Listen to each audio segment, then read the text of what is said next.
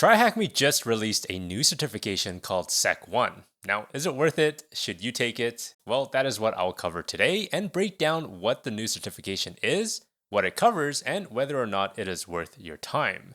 If you're new here, hello, my name is Steven, and I've been working in cybersecurity for almost a decade, mainly within the security operations domain.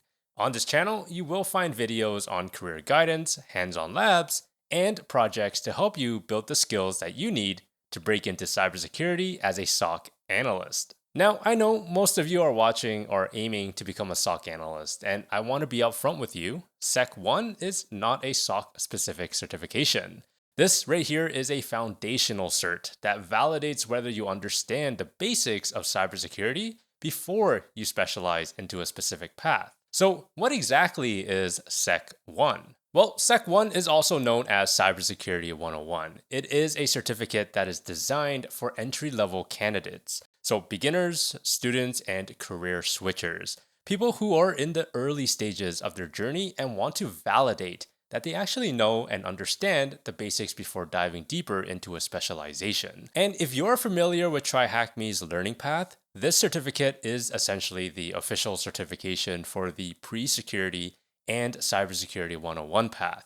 So if you've already gone through those, you have a solid foundation going into this exam. This exam has 7 interactive sections covering a wide range of topics, and when I say interactive, I mean it. This isn't a multiple choice where you guess your way through it. You either know how to navigate through the system and find what you're looking for, or you just don't. It forces you to actually do the work. Now, let me walk you through what those 7 sections include. You've got Windows and Linux, so do expect to know how to navigate both operating systems. Next, we got networking fundamentals, and if you've seen any of my content, you know that I stress networking constantly. It's the backbone of everything we do in security, whether you go in the defensive route or the offensive route.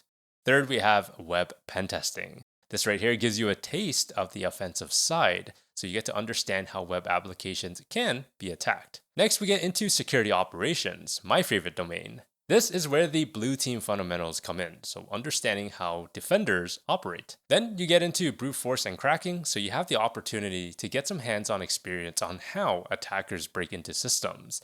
And finally, malware analysis fundamentals, so understanding how to look for malicious software and figure out what it's doing. So you are getting a mix of both red and blue team materials here. And honestly, that's valuable regardless of which direction you end up going. If you want to be a SOC analyst, understanding how attackers think makes you a better defender. And if you want to go into penetration testing, then understanding how defenders operate is going to help you be more effective. This cert isn't about picking a side yet. It's about making sure that you have a solid foundation, again, before you specialize. They also added a story element where you do act as a cybersecurity contractor working across multiple client environments, and it makes the exam feel a little bit more grounded rather than just answering random isolated questions. Now, here's why this actually matters. I talk to a lot of people trying to break into cybersecurity, and one of the most common things that I hear is, Hey, Steven, I've been studying for months, but I don't know if I actually know anything. they've watched a bunch of videos, maybe read a lot of books, taken some notes, but they've never actually had to prove that they can actually do the work. And that's the gap that this certification is trying to fill. It's not testing whether you can memorize basic concepts, it's testing whether you can actually apply them. And look, this isn't some advanced cert, it's foundational, but that is the point.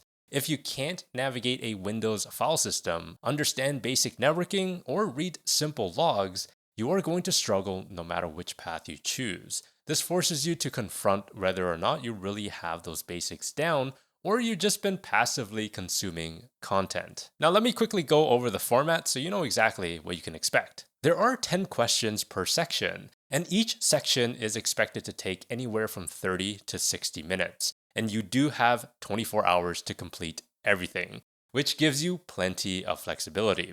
The passing score here is 455 out of 700, and once you do pass, the certification is valid for 3 years. You also get a free retake, so that does take some pressure off. And again, this is completely hands-on, so no multiple choice.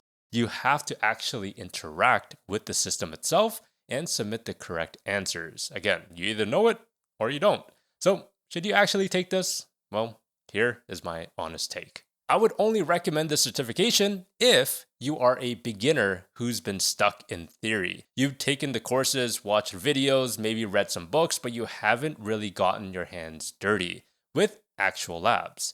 This right here will force you to apply what you just learned. You are someone who needs a goal to stay motivated. Some people work better when there is a finish line, something tangible at the end, such as a cert. And if that is like you, then this gives you something to work towards. You want to validate that you actually understand the basics before committing to a specialization. Maybe you're still deciding between offensive or defensive security. This cert will cover both, and it will also help you figure out where your strengths are. And lastly, the most important, you are in the financial position to invest in it. Now, I would not recommend this if you already have hands-on experience.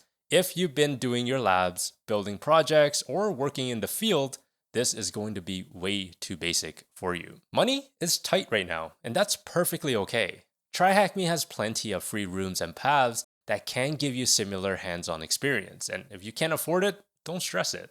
Go tackle the free material first and then come back to this later if you really want to. You are a self-learner who doesn't need external validation. Some people can grind through labs and build projects without needing any kind of certificate to prove anything. And if that's like you, then you don't need this. So where does that leave you? Well, if you've been stuck consuming content but haven't put anything into practice, this right here could be a good way to test yourself. It'll tell you pretty quickly whether you can actually understand the fundamentals or you got gaps to fill. But here's what I want you to remember, and this is key. A certification like this alone is likely not going to land you a job in this industry. And I do wish it was that easy, but it's not. What will help is consistently applying what you learned, getting hands-on experience, documenting your work, and showing that you can actually do the job. This certification can be one piece of that puzzle. It's a way to validate your foundation before you specialize, but it is not the whole picture. If you want to check out SEC1 for yourself, I'll leave a link down below. And that is it for the video, and I hope you found that informative. If you did, let me know by hitting that like button and subscribe if you want to. Remember to stay curious and do things differently.